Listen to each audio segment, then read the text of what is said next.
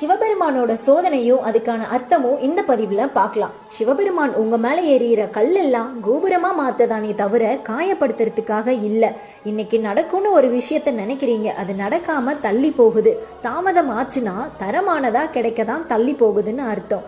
எதிர்பார்க்காம கஷ்டம் வருதுன்னா எந்த விஷயத்துக்காக கஷ்டம் வந்துச்சோ அதுல பெருசா சாதிக்க போறீங்கன்னு அர்த்தம்.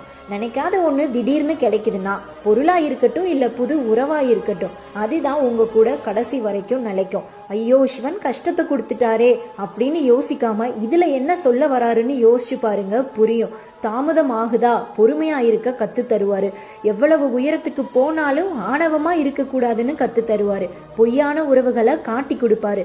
இது மாதிரி முழுமைப்படுத்ததான் எல்லாமே பண்றாருன்னு உண்மையான சிவபக்தர்களுக்கு புரியும். வேண்டத்தக்கது அறிவோய் நீ, வேண்ட முழுதும் தருவோய் நீ. சிவபெருமானுக்கு எப்போ எப்படி என்ன தரணும்னு தெரியும். அவர் எல்லாத்தையும் பார்த்துப்பாரு. சிவாய நமக.